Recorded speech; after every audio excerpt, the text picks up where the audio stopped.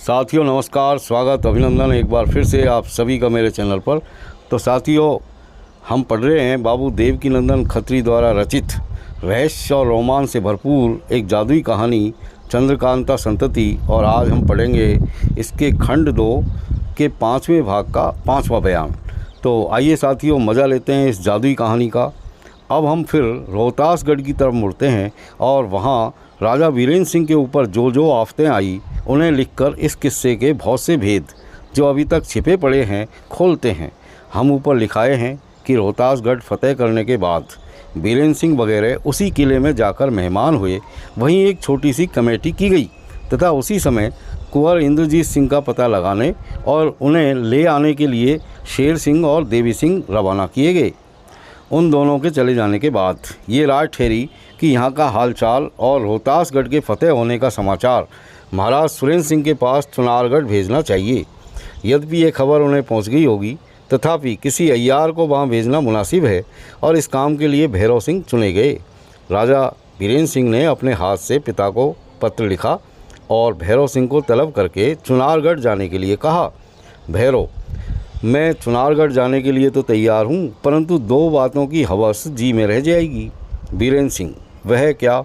भैरव, एक तो फतेह की खुशी का इनाम बंटने के समय मैं नहीं रहूँगा, इसका मलाल रहेगा।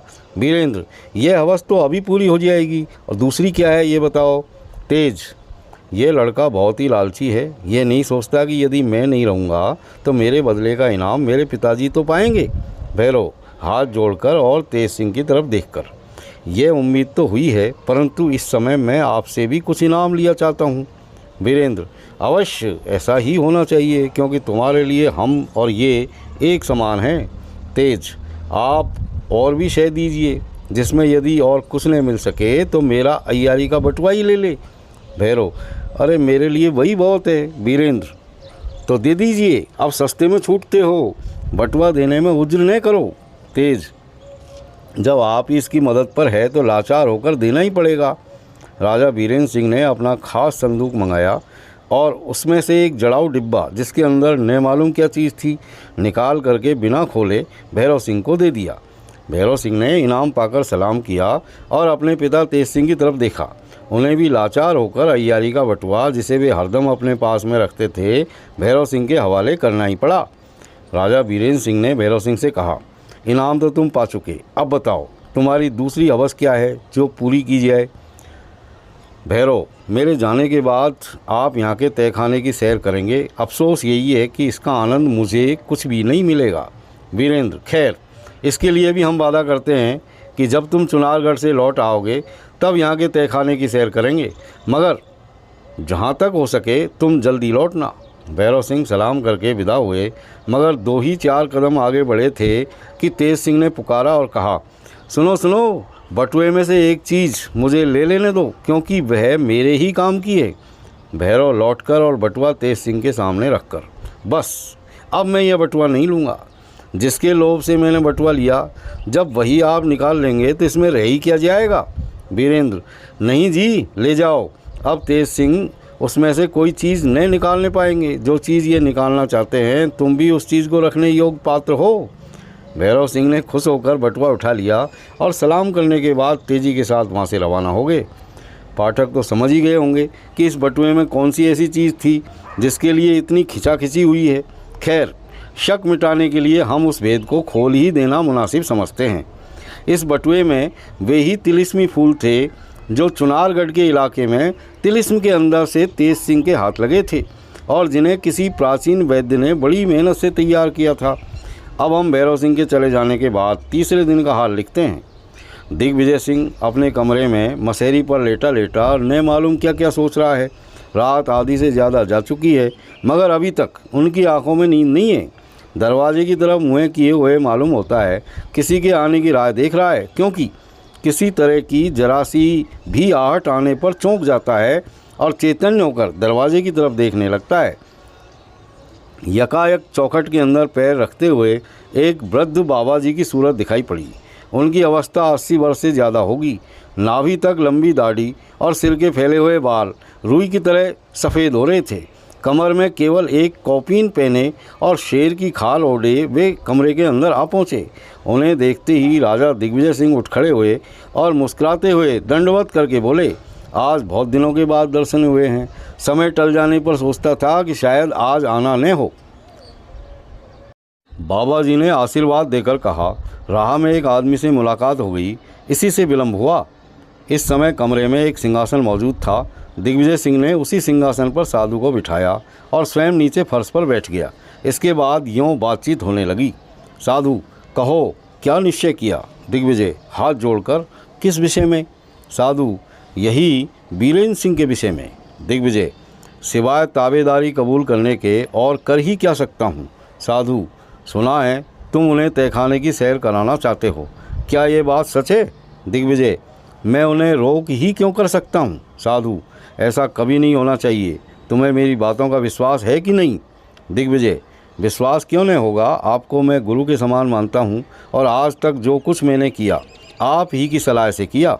साधु, केवल यही आखिरी काम बिना मुझसे राय लिए किया, सो उसमें यहाँ तक धोखा खाया कि राज्य से हाथ धो बैठे। दिग्विजय, बेशक ऐसा ही हुआ। खैर, अब जो आज्ञा हो किया जाए।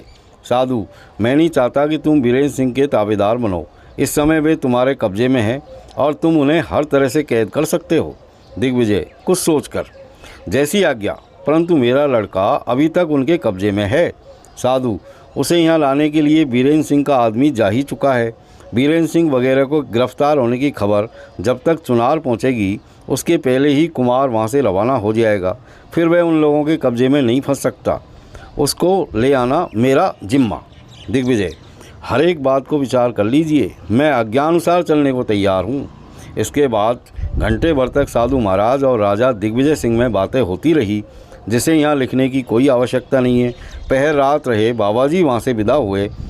उसके दूसरे ही दिन राजा बीरेंद्र सिंह को खबर मिली कि लाली का पता नहीं लगता। न मालूम वह किस तरह कैसे से निकलकर भाग गई।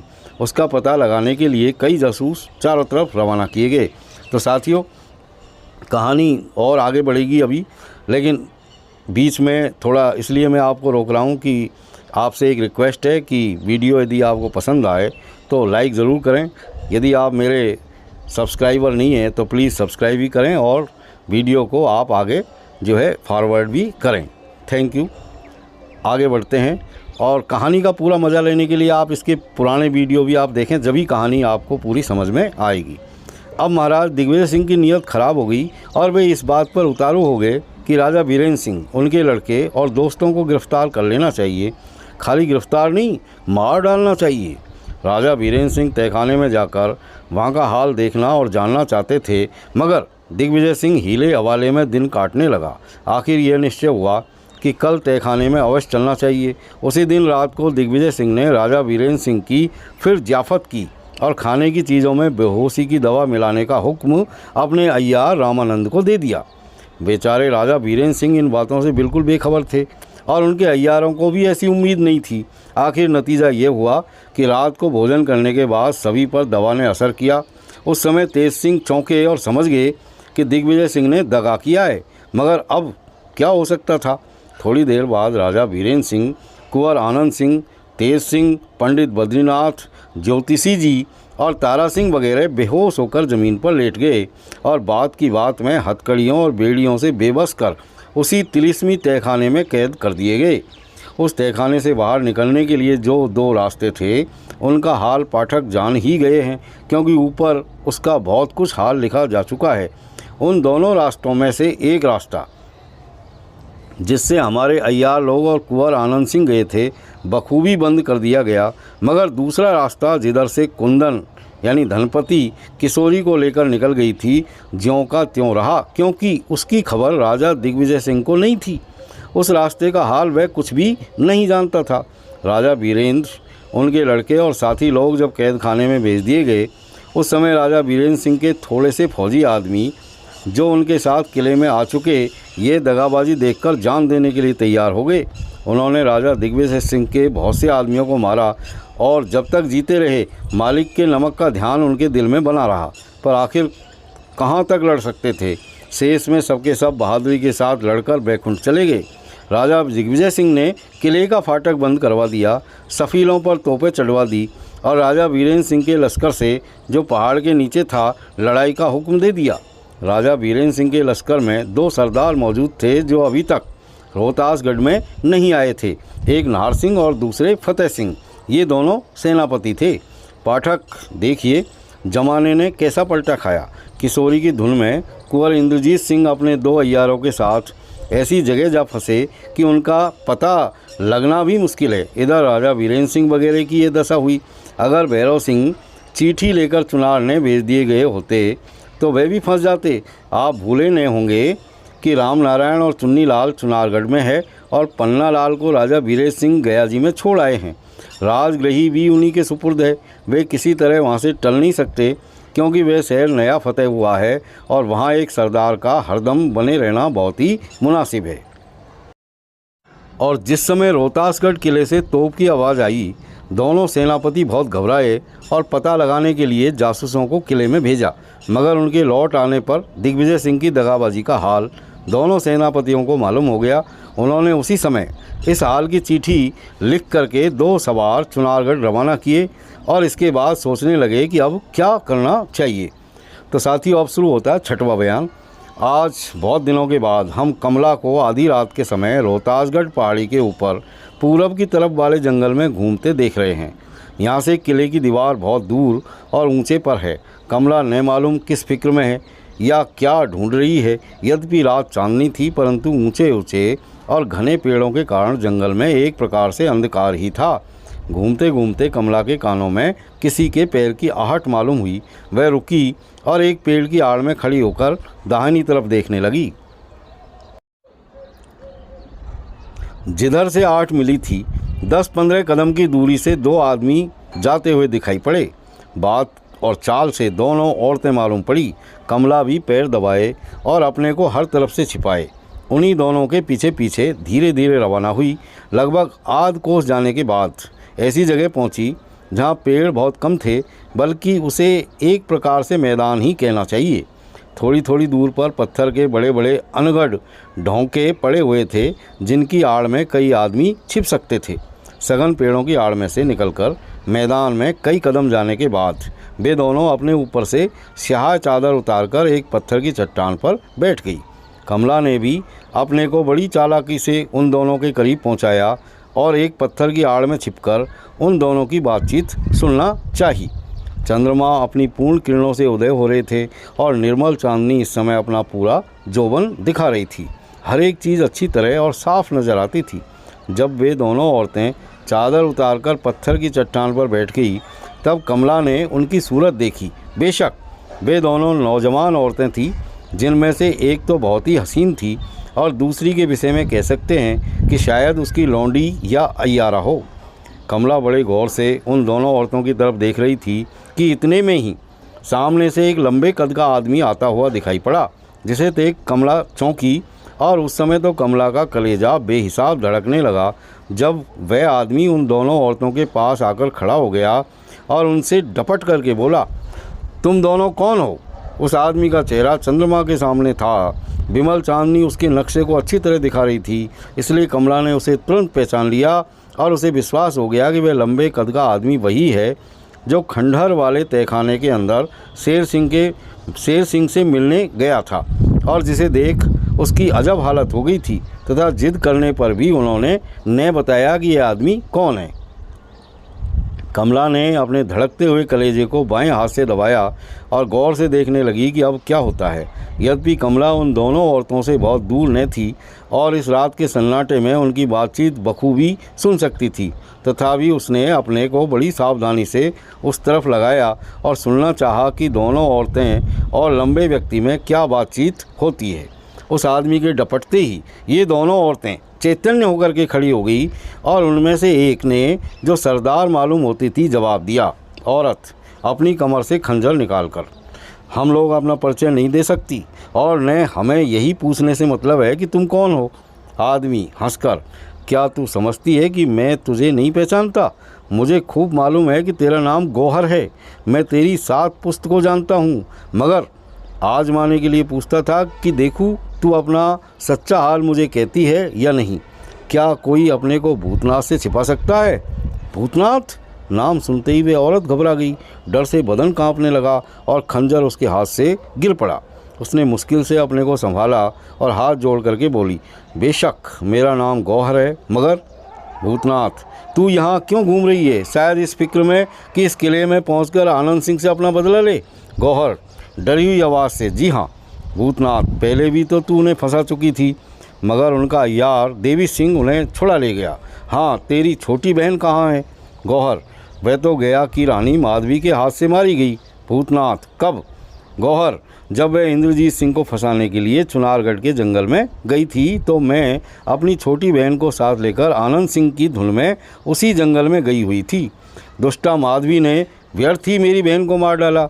जब वह जंगल काटा गया तो वीरेंद्र सिंह के आदमी उसकी लाश उठाकर चुनार ले गए, मगर अपनी साथिन की तरफ इशारा करके बड़ी चालाकी से ये अय्यारा उस लाश को वहाँ से उठा लाई थी। भूतनाथ हाँ ठीक है, अच्छा तो तू इस किले में घुसा चाहती है और आनंद सिंह की जान लिया चाहती है? गौहर यदि आप अप्रसन्न न हो तो। भूतनाथ मैं क्यों अप्रसन्न होने लगा? मुझे क्या गरज पड़ी है कि मना करूं? जो तेरा जी चाहे कर। अच्छा अब मैं जाता हूं, लेकिन एक दफ़े फिर तुझसे मिलूंगा। वह आदमी तुरंत चला गया और देखते देखते नज़रों से गायब हो गया। इसके बाद उन दोनों औरतों में बातचीत होने लगी। गौहर गिल्लन इसकी सूरत देखते ही मेरी जान निकल गई थी, न मालूम ये कमबख्त इस वक्त कहाँ से आ गया। गिल्लन तुम्हारी तो बात ही दूसरी है, मैं अय्यार होकर अपने को संभाल नहीं सकी, देखो अभी तक कलेजा धड़ धड़ करता है। गौहर मुझको तो यही डर लगा हुआ था कि कहीं वह मुझे आनंद सिंह से बदला लेने के बारे में मना न कर दे। गिल्लन सो तो उसने नहीं किया, मगर एक दफ़े मिलने के लिए कह गया है। अच्छा अब यहाँ ठहरना मुनासिब नहीं। वे दोनों औरतें अर्थात गौहर तथा गिल्लन वहाँ से चली गई और कमला ने भी एक तरफ का रास्ता लिया। 2 घंटे के बाद कमला उस कब्रिस्तान में पहुँची जो रोहतासगढ़ के तहखाने में आने जाने का रास्ता था। इस समय चंद्रमा अस्त हो चुका था और कब्रिस्तान में भी सन्नाटा था। कमला बीच वाली कब्र के पास गई और तहखाने में जाने के लिए दरवाज़ा खोलने लगी, मगर खुल नहीं सका। आधा घंटे तक वह इसी फिक्र में लगी रही, पर कोई काम नहीं चला। लाचार उठ खड़ी हुई और कब्रिस्तान के बाहर की तरफ चली। फाटक के पास पहुंचते ही वह अटकी, क्योंकि सामने की तरफ थोड़ी ही दूर पर कोई चमकती हुई चीज़ उसे दिखाई पड़ी जो इसी तरफ बढ़ी आ रही थी।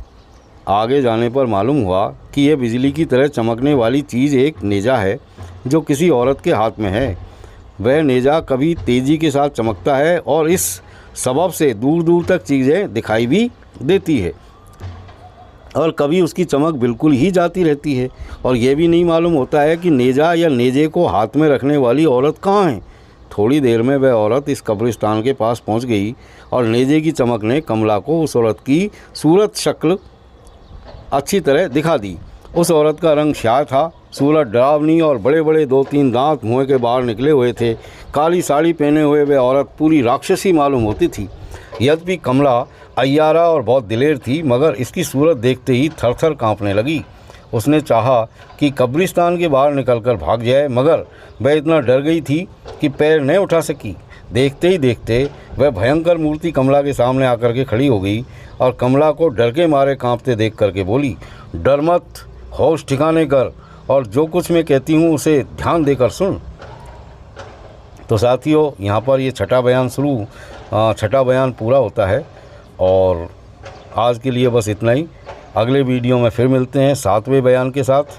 तब तक के लिए have a nice time. Thank you very much for watching.